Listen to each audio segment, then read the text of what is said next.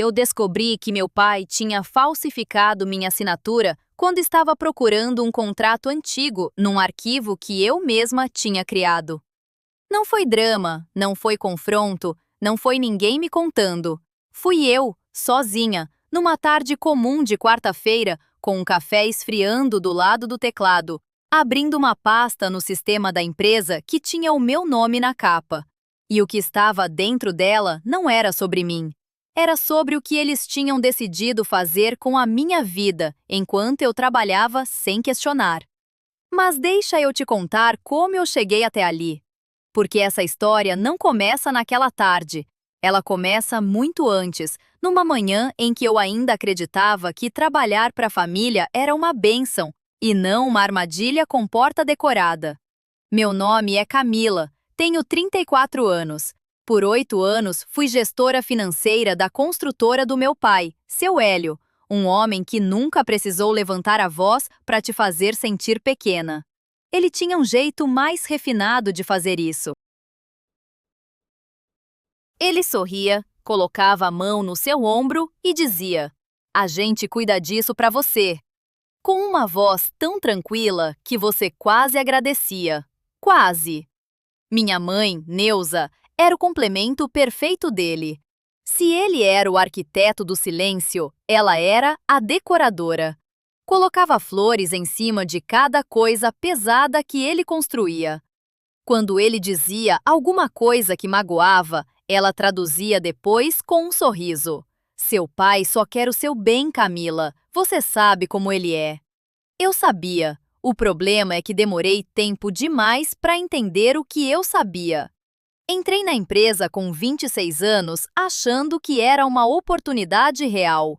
Tinha acabado de terminar a faculdade de administração. Tinha estágio em 2 empresas de médio porte. Tinha vontade. Meu pai me chamou num jantar em família e disse que a construtora estava crescendo, que precisava de alguém de confiança na gestão financeira e que não havia pessoa melhor do que eu. Eu me senti escolhida. Hoje eu entendo que ser escolhida por quem quer te controlar não é elogio, é estratégia. Os primeiros anos foram bons, ou pelo menos pareciam ser. Eu tinha responsabilidades reais, uma equipe pequena, acesso aos números. Me sentia parte de algo que importava. Mas com o tempo fui percebendo coisas que não conseguia nomear direito. Reuniões que aconteciam antes de eu chegar. Decisões que já tinham sido tomadas quando eu sentava para discutir. Um jeito sutil de me informar em vez de me consultar, sempre com educação, sempre com justificativa, sempre com aquele sorriso de quem acha que está te fazendo um favor.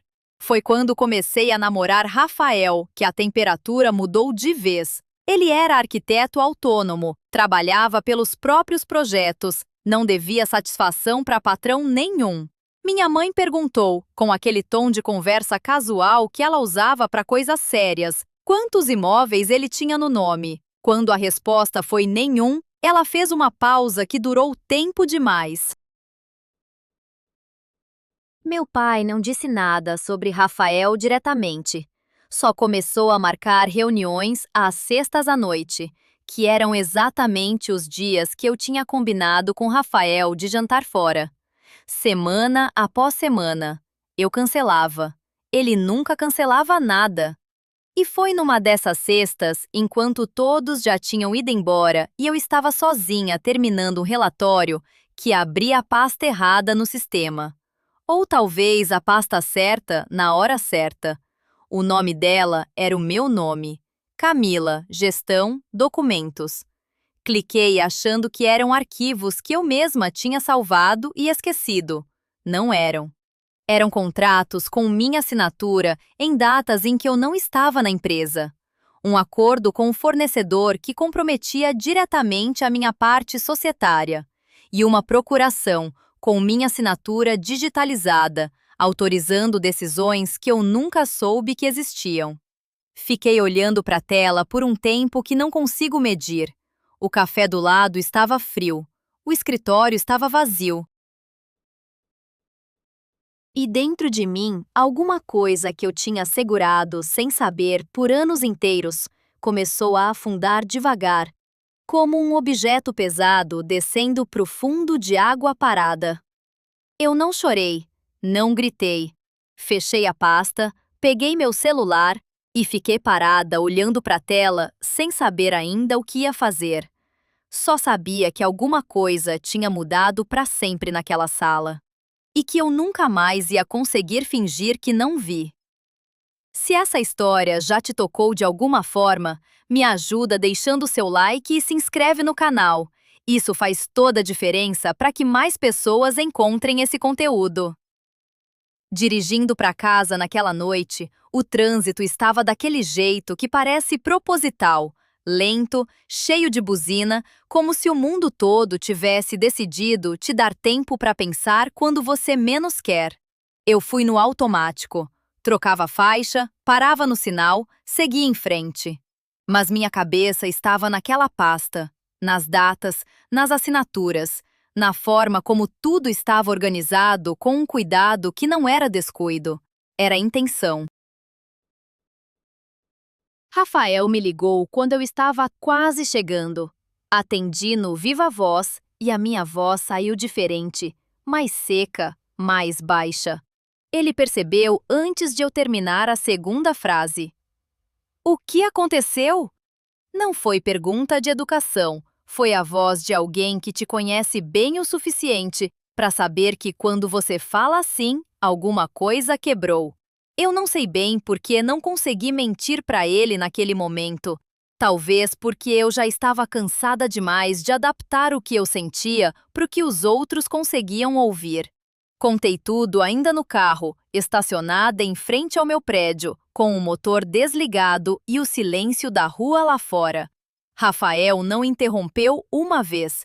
Quando terminei, ele ficou quieto por alguns segundos e depois perguntou: Você salvou os arquivos? Eu tinha.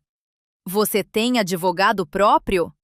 Não tinha. Eu sempre usei o da empresa, o mesmo indicado pelo meu pai, contratado pelo meu pai, que atendia aos interesses do meu pai. Essa pergunta ficou no ar feito fumaça que não some. Porque era simples, era óbvia, e eu nunca tinha feito ela para mim mesma antes. Em 8 anos dentro daquela empresa, tratando de números, contratos e responsabilidades reais, eu nunca tinha pensado em ter um advogado que fosse só meu, alguém que respondesse só para mim. Isso diz muito sobre o quanto eu tinha normalizado uma situação que nunca foi normal. Subi para o apartamento com o celular cheio de arquivos salvos às pressas e uma sensação nova no peito que eu demorei um pouco para identificar. Não era pânico. Era aquela clareza fria que aparece quando você para de tentar encaixar o que vê numa versão mais gentil da realidade. Quando você aceita o que está na frente dos seus olhos sem tentar suavizar. Rafael chegou meia hora depois com 2 copos de café e o notebook dele. A gente ficou até tarde organizando tudo. Ele não tomou decisão nenhuma por mim. Não disse o que eu devia fazer. Não me empurrou para lugar nenhum.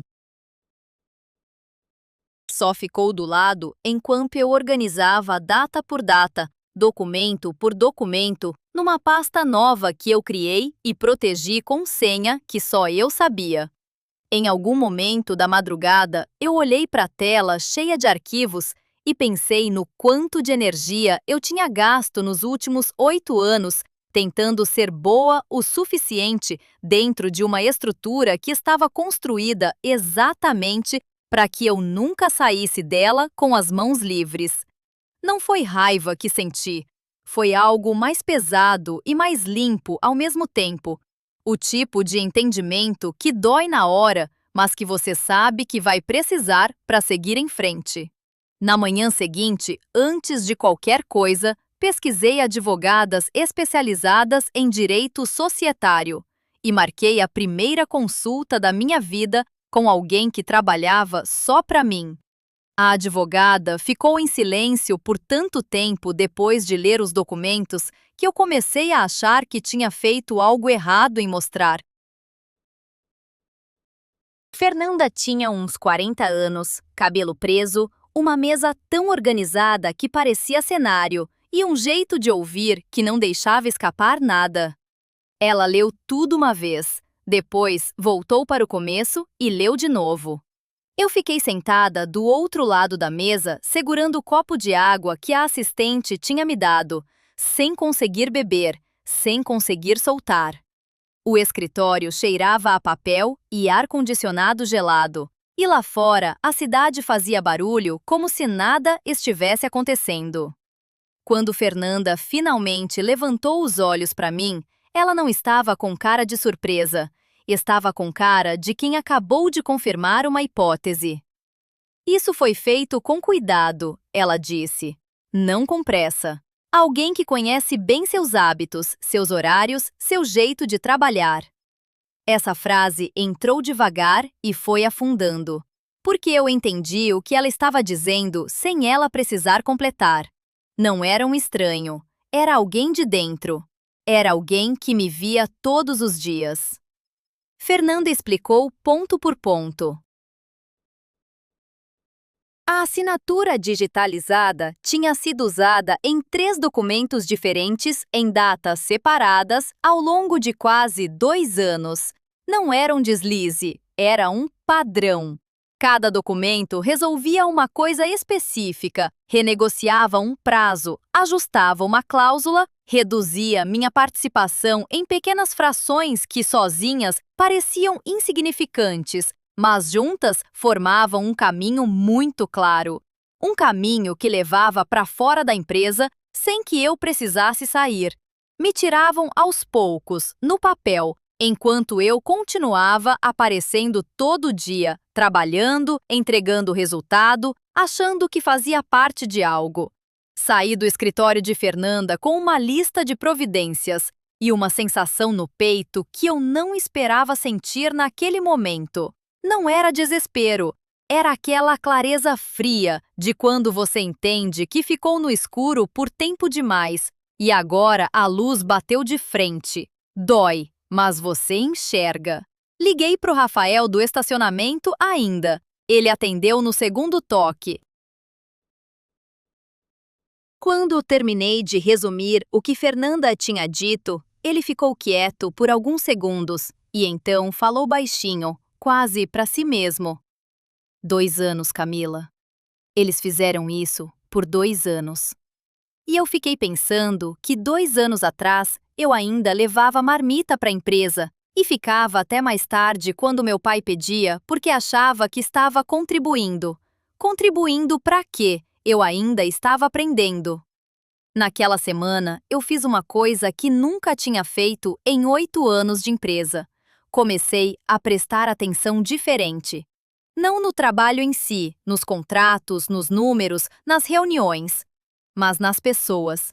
No jeito que meu pai me olhava quando eu entrava numa sala onde ele já estava.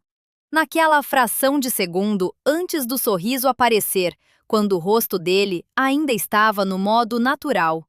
Comecei a guardar isso. Comecei a guardar tudo. Minha mãe me ligou numa tarde para saber se eu ia no aniversário da minha avó no fim de semana. Conversa comum, tom leve, aquele calor de voz que ela usava quando queria parecer próxima. Eu respondi que ia. Obrigada. Até lá. Desligamos. Fiquei olhando para o celular por 1 minuto inteiro, pensando em quantas dessas ligações eu tinha recebido ao longo da vida toda, achando que eram só afeto e não percebendo que eram também monitoramento. Verificação de posição. Você ainda está onde a gente colocou você. E o Rafael nisso tudo. Minha mãe nunca falou diretamente que não gostava dele. Neuza não era desse tipo. Ela trabalhava por subtração, tirava aos poucos. Um comentário casual sobre estabilidade financeira por aqui, uma pergunta sobre planos por ali, um silêncio específico quando o nome dele aparecia na conversa. E meu pai com as reuniões de sexta que eu já mencionei, mas que eram só a parte mais visível. porque o que eu ainda não sabia e que só fui descobrir depois era que as reuniões de sexta não eram para me ocupar. Eram para me mostrar que o tempo deles valia mais do que qualquer coisa que eu tivesse escolhido por conta própria. Rafael nunca reclamou das vezes que eu cancelei. Mas certa noite, enquanto a gente tomava café na cozinha do meu apartamento, ele disse uma coisa que ficou comigo. Disse que toda vez que eu voltava de um dia na empresa, eu parecia um pouco menor. Não no sentido ruim, ele explicou. No sentido de quem foi encolhendo devagar sem perceber. Como uma planta que cresce torta porque a luz sempre vem do mesmo lado e ela nunca teve motivo para endireitar. Eu não respondi nada naquele momento, mas fiquei pensando nisso por dias, encolhendo devagar sem perceber. E a pergunta que não saía da minha cabeça era simples e pesada ao mesmo tempo. Quanto de mim tinha sobrado? Foi nessa semana que meu pai me chamou na sala dele com a porta fechada e disse que precisava conversar sobre o futuro da empresa. Sentei na cadeira de sempre, do lado de cada mesa enorme dele, e percebi pela primeira vez em 8 anos que aquela cadeira era menor que a dele. Sempre tinha sido, e eu nunca tinha reparado. Meu pai disse que queria me transferir para uma função de apoio, sem avisar antes, sem conversa anterior, sem nenhum sinal. Simplesmente colocou um papel na mesa e disse que a empresa estava passando por uma reestruturação e que meu novo cargo seria de analista sênior, respondendo a um gerente que eu mesma tinha treinado 2 anos atrás. Falou com a voz calma de sempre, como se estivesse me contando sobre uma mudança no cardápio do almoço. Eu olhei para o papel, olhei para ele, e naquele segundo entendi que aquela reunião não era uma conversa, era uma notificação. Perguntei o motivo. Ele disse que era estratégico. Perguntei por que não tinha sido consultada. Ele disse que decisões de estrutura não precisavam de consulta, que era assim que empresas funcionavam. Perguntei se minha participação societária estava preservada. Ele pausou 1 segundo a mais do que deveria antes de responder que sim, claro, que eu estava exagerando como sempre. Como sempre, essa expressão, ela aparecia toda vez que eu fazia uma pergunta que ele não queria responder. Saí da sala dele com o papel dobrado na mão e fui direto ao banheiro do andar. Fechei a porta, apoiei as 2 mãos na pia e fiquei olhando para o espelho por um tempo. Não para me ver, para me organizar, porque eu sabia, com uma certeza que não precisava de prova ainda, que aquela movimentação estava conectada com os documentos que eu tinha encontrado. Ele sabia que eu tinha achado alguma coisa, ou estava com medo de que eu fosse achar, e estava tentando me tirar de perto dos arquivos antes que eu chegasse mais fundo. Mandei mensagem para Fernanda ainda no banheiro. Resumida, direta. Tentativa de rebaixamento de cargo com possível vínculo à situação anterior. Ela respondeu em minutos. Não assine nada. Guarda tudo. Não assinei. Voltei para minha mesa, terminei o dia como se nada tivesse acontecido. Respondi e-mails, fechei planilha, despedi dos colegas com o mesmo sorriso de sempre. Minha mãe me mandou mensagem perguntando se eu ia passar em casa no fim de semana. Respondi que talvez. Ela enviou um emoji de coração. Eu guardei o celular. Aquela noite, Rafael me ouviu falar por quase 1 hora sem interromper. Eu falei sobre a reunião, sobre o papel, sobre a pausa que meu pai tinha dado antes de responder sobre a participação societária. Rafael ficou em silêncio quando terminei. E então disse uma coisa simples que ficou ecoando. Ele disse que quem tenta te diminuir antes de te retirar está com medo do que você representa quando está no lugar certo. E eu pensei naquele papel dobrado que ainda estava na minha bolsa e entendi que meu pai não estava reestruturando a empresa. Ele estava tentando reestruturar o quanto eu enxergava dela. Nos dias seguintes, fui mais fundo nos arquivos do sistema. Não de forma aleatória, com um método. Fernanda tinha me dado uma lista de pontos específicos a checar: datas, tipos de documento, nomes de fornecedores. Eu chegava mais cedo, antes do movimento do escritório, e passava pela lista devagar, abrindo pasta por pasta, copiando o que era relevante para um dispositivo externo que eu levava comigo e tirava da empresa todo dia na mochila. Era uma sensação estranha fazer aquilo num lugar onde eu tinha trabalhado por 8 anos. Como revistar a própria casa procurando prova de que você nunca foi bem-vinda nela? Num desses dias, encontrei algo que não estava na lista de Fernanda. Um e-mail antigo, arquivado numa pasta com um nome genérico que parecia lixo eletrônico. Era uma troca entre meu pai e o contador da empresa, datada de quase 4 anos atrás. Eu li 2 vezes, porque na primeira não quis acreditar no que estava vendo. Meu pai perguntava ao contador qual era a forma mais segura de estruturar os documentos societários para que minha saída da empresa, quando acontecesse, dependesse exclusivamente da aprovação dele. O contador respondia com 3 opções numeradas, com vantagens e desvantagens de cada uma. Tom de relatório. Tom de projeto. Como se planejar a saída da própria filha de um negócio que ela ajudou a construir fosse só mais uma tarefa no cronograma. Fiquei parada com esse e-mail na tela por um tempo que não consigo medir. Lá fora, o escritório estava começando a encher.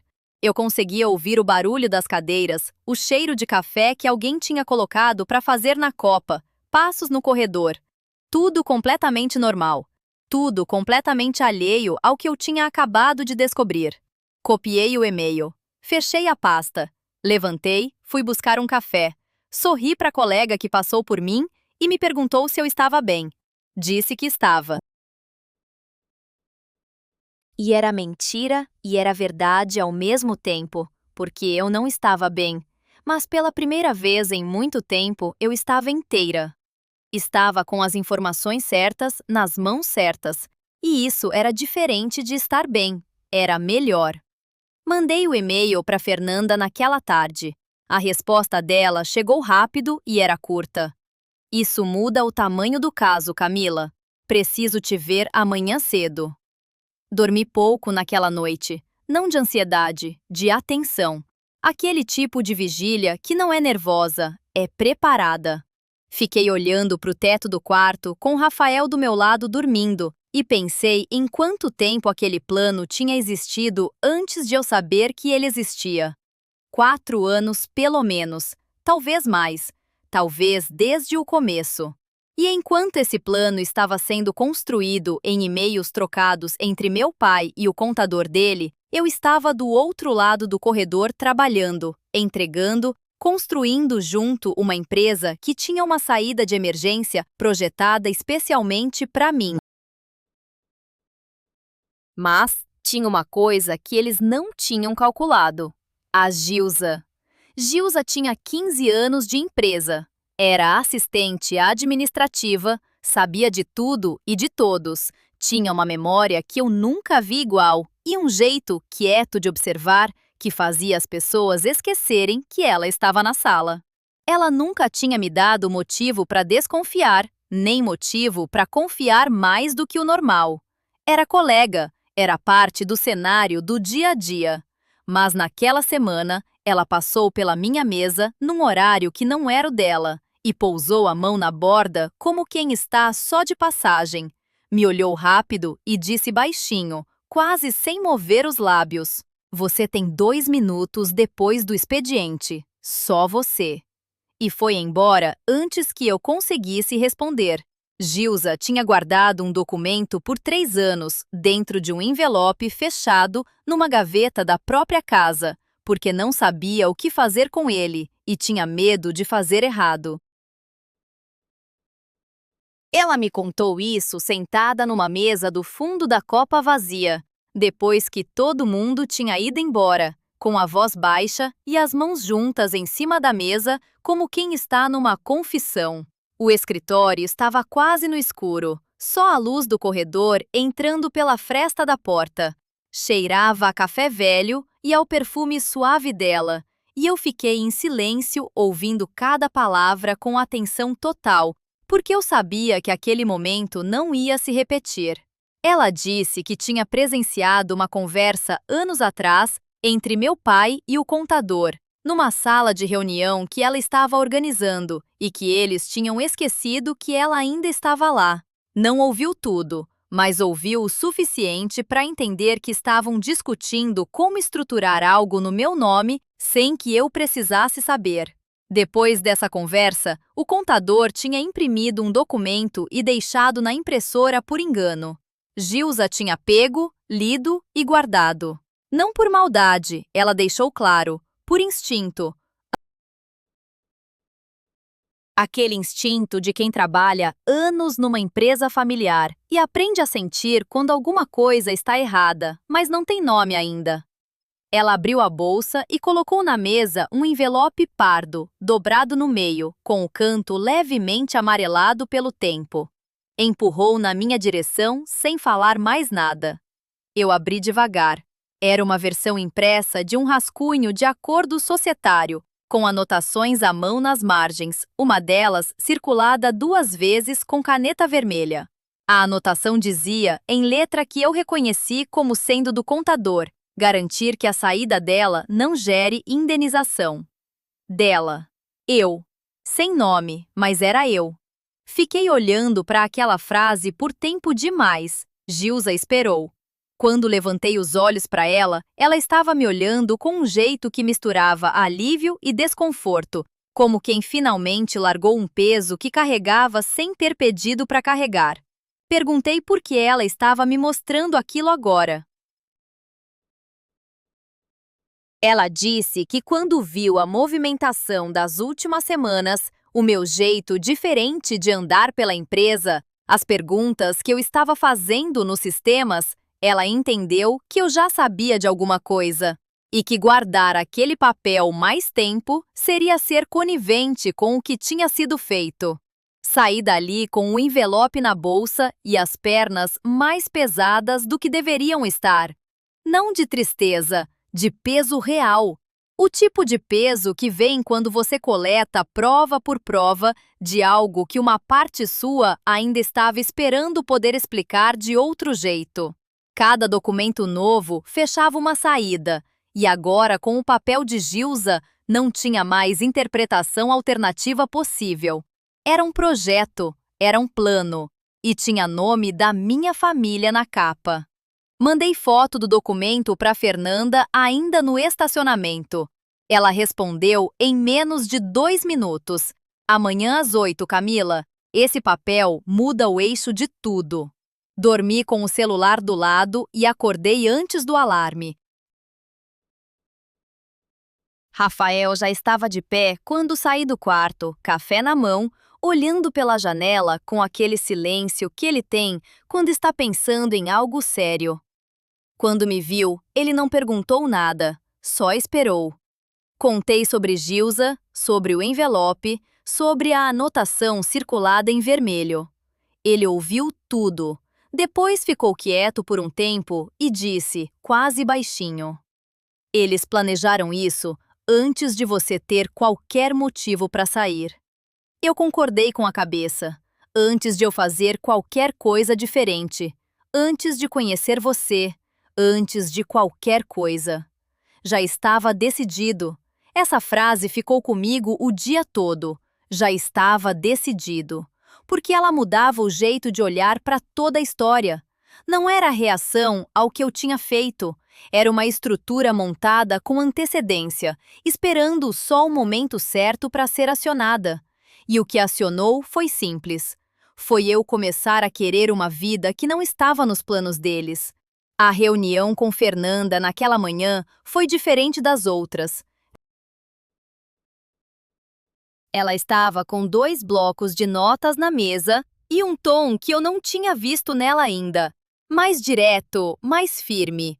Disse que com o conjunto de documentos que eu tinha reunido, mais o papel de Gilza, mais o e-mail que eu tinha encontrado no sistema, havia base suficiente para iniciar um processo formal contestando as alterações societárias feitas sem minha autorização. Disse também que havia elementos que configuravam uso indevido de documentos pessoais meus e que minha participação na empresa, na forma como tinha sido alterada, poderia ser revertida. Eu ouvi tudo com atenção. Depois perguntei quanto tempo ia levar. Ela foi honesta, disse que dependia de como a outra parte reagisse. Se tentassem resolver, mais rápido. Se decidissem dificultar, mais longo. Mas que de qualquer forma, a posição deles estava fragilizada porque o que eles tinham feito deixou rastro demais. Pessoas que agem com aquele nível de cuidado durante anos costumam se tornar descuidadas, exatamente quando acham que estão no controle absoluto. E foi exatamente isso que tinha acontecido. Saí do escritório de Fernanda com um documento assinado dando início ao processo. Coloquei na bolsa do lado do envelope de Gilza 2 papéis, o que eles fizeram e o que eu estava fazendo sobre isso. Do lado de fora, o sol batia forte na calçada e a rua estava cheia de gente seguindo em frente com a própria vida. Eu fiquei parada um segundo só respirando. Naquela tarde, meu pai me ligou. Eu atendi. Ele disse que tinha sabido que eu procurei uma advogada e que queria conversar antes que as coisas saíssem do controle. A voz estava calma, mas havia algo diferente nela, uma tensão embaixo da superfície que ele estava segurando com cuidado. Eu disse que qualquer conversa passaria pela Fernanda a partir de agora. Ele ficou em silêncio por um segundo, que durou mais do que um segundo costuma durar. Depois disse, com aquela voz baixa que ele usava quando queria soar razoável e estava com raiva: "Você está transformando uma questão de família num circo, Camila." Respondi com calma: "Não sou eu que estou transformando. Eu só parei de fingir que era outra coisa." Ele desligou. Minha mãe mandou mensagem 3 minutos depois. "Seu pai está arrasado. Você podia ter conversado com a gente primeiro." Guardei o celular sem responder e percebi que nem o coração tinha acelerado, nem um pouco. E isso me disse mais sobre o quanto eu tinha mudado do que qualquer coisa que eu pudesse ter dito em voz alta. O que eu não sabia ainda era que meu pai não ia ficar quieto e que o próximo passo dele não viria por mensagem, nem por telefone. Viria de um lugar que eu não estava esperando. O próximo passo do meu pai foi tentar destruir o Rafael profissionalmente. Não com confronto, não com ameaça direta, porque ele nunca operou assim. Ele ligou para um cliente antigo dele, um empresário do setor de construção que tinha projetos com escritórios de arquitetura terceirizados, e disse que tinha informações sobre irregularidades no trabalho de um arquiteto autônomo chamado Rafael. Não fez acusação formal, só plantou dúvida, só sugeriu cautela. Com aquela voz calma e razoável que eu conhecia tão bem. Rafael me contou quando o cliente cancelou uma reunião de fechamento de contrato sem dar explicação, depois de semanas de negociação adiantada. Ele não entendeu no começo, só foi entender quando um contato em comum ligou para avisar o que tinha circulado. Eu fiquei parada, ouvindo Rafael me contar isso na cozinha do apartamento, com a voz controlada, mas os olhos dizendo outra coisa. Aquele contrato era grande. Era o tipo de projeto que abriria portas novas para ele. E meu pai sabia disso porque minha mãe tinha perguntado sobre o trabalho do Rafael semanas antes, numa daquelas conversas casuais de fim de semana que eu agora entendia nunca terem sido casuais. Senti alguma coisa endurecer dentro de mim. Não raiva quente, raiva fria. O tipo que não grita, que não chacoalha nada, que só aponta numa direção e não desvia mais. Liguei para Fernanda naquela mesma noite. Ela ouviu tudo e ficou em silêncio por alguns segundos. Depois, disse que isso não era mais só uma questão societária, que interferir deliberadamente na vida profissional de terceiros para pressionar alguém dentro de um processo em andamento era grave, que precisávamos documentar tudo. O contato que avisou Rafael aceitou colocar por escrito o que tinha ouvido. Fernanda disse que ia incluir isso no processo e que a posição deles estava ficando cada vez mais difícil de sustentar. Rafael, naquela noite, estava quieto de um jeito que me preocupou mais do que se ele tivesse gritado. Fui até onde ele estava, sentei do lado e fiquei em silêncio com ele por um tempo. Depois ele disse, sem olhar para mim, que nunca tinha entendido completamente o tamanho do que eu tinha carregado dentro daquela família por todos esses anos, e que agora entendia. Não disse isso com pena, disse com respeito. E isso foi mais pesado e mais bonito do que qualquer consolo que ele pudesse ter oferecido. Nos dias seguintes, minha mãe tentou uma abordagem diferente. Me convidou para almoçar, só nós duas, sem meu pai. Aceitei porque Fernanda disse que era importante eu não cortar contato de forma abrupta enquanto o processo estava em andamento, para não dar margem para a interpretação de má-fé da minha parte. Fui ao almoço. Minha mãe estava com uma roupa bonita e um sorriso que ela tinha preparado antes de sair de casa, dava para ver. Pediu as coisas favoritas minhas, conversou sobre assuntos leves, esperou até o café para chegar no ponto. Disse que meu pai estava sofrendo. Que ele só queria o melhor para mim sempre. Que tudo o que tinha sido feito era por amor e por medo de me ver cometer erros. Eu ouvi tudo, sem interromper. Quando ela terminou, perguntei com calma: Mãe, você sabia dos documentos? Ela desviou o olhar para a xícara. Aquele desvio me disse tudo. Não era surpresa. Era desconforto de quem sabia e escolheu não saber direito. Não briguei, não acusei. Terminei o café, paguei minha parte da conta, me despedi com um beijo no rosto e fui embora. Guardei aquele almoço na memória do mesmo jeito que eu tinha guardado tudo desde o começo, como informação, como parte do quadro completo. O processo avançou de forma mais rápida do que Fernanda tinha esperado.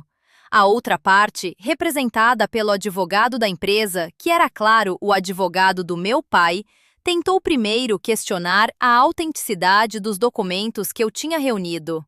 Fernanda estava preparada. Cada arquivo tinha metadado, cada cópia tinha origem rastreável, e o depoimento escrito de Gilza era específico, detalhado e impossível de desmontar sem provar que ela estava mentindo, o que não iam conseguir porque ela estava dizendo a verdade. A segunda tentativa foi sugerir um acordo extrajudicial. Meu pai queria resolver em silêncio, fora dos registros, com um valor que Fernanda descreveu como simbólico, perto do que eu tinha direito. Recusei. Não por orgulho, por princípio, porque acordo em silêncio era exatamente o que eles tinham feito comigo por anos, e eu não ia entrar nesse modo de operar de novo nunca mais. A resolução veio numa manhã comum, sem cerimônia, sem cena. Fernanda me ligou enquanto eu estava no carro, antes de entrar no mercado, com o sol entrando pela janela e o rádio ligado baixinho. Disse que o processo tinha sido encerrado com decisão favorável. As alterações societárias feitas sem minha autorização foram anuladas. Minha participação na empresa voltou ao que sempre deveria ter sido. E havia um registro formal do ocorrido, que ficaria documentado independente de qualquer acordo posterior. Fiquei com o celular na mão depois que ela desligou. Do lado de fora, um casal passava na calçada com uma criança pequena entre eles, cada um segurando uma mão dela. O sol estava forte e a rua estava barulhenta, e tudo estava acontecendo ao mesmo tempo, como sempre acontece. completamente alheio ao que tinha acabado de mudar para mim. Entrei no mercado, peguei o carrinho, comecei a andar pelos corredores com aquela leveza estranha que aparece quando você termina de carregar algo que foi pesado por tempo demais.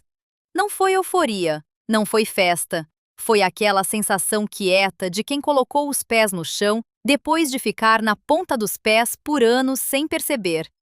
Pedi demissão da empresa uma semana depois. Não com drama, não com carta longa, não com discurso.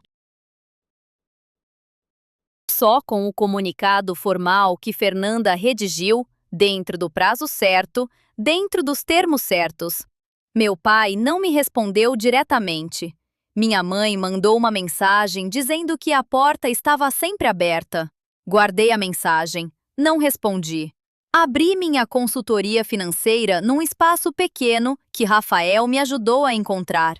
Primeiro dia, caixas no chão, cheiro de tinta nova nas paredes, a placa com meu nome ainda sem pendurar, apoiada na parede do lado da janela.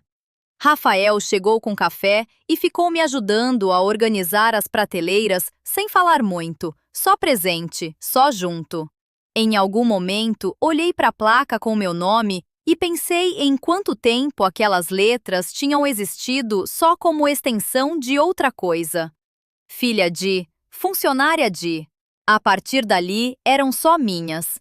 Gilza pediu transferência de setor alguns meses depois e saiu da construtora de forma tranquila. Mandou mensagem me avisando. Respondi com gratidão real, do tipo que não cabe bem em palavras, mas você manda assim mesmo, porque é o que você tem. Ela respondeu com um emoji simples e sumiu de volta para a própria vida.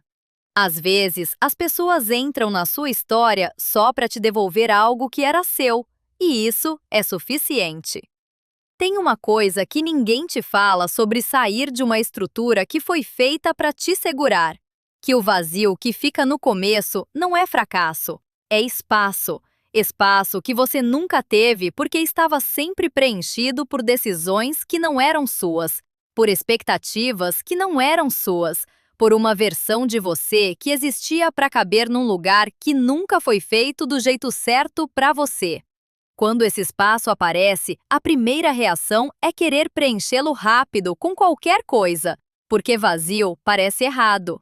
Mas se você aguentar o desconforto por tempo suficiente, você descobre que esse espaço vazio é onde a sua vida real começa a crescer, devagar, no seu tempo, na sua direção.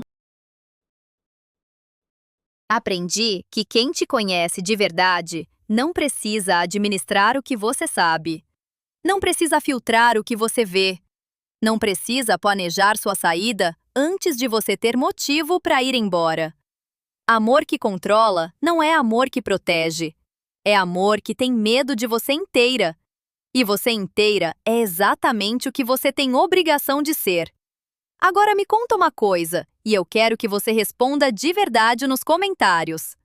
Você já esteve dentro de uma situação, seja na família, no trabalho, em qualquer lugar, onde as pessoas ao redor te tratavam como se cuidar de você significasse decidir por você? E se esteve, qual foi o momento em que você percebeu que era hora de parar de aceitar? Se essa história chegou até você de alguma forma, deixa o seu like e se inscreve no canal. Tem muito mais por vir.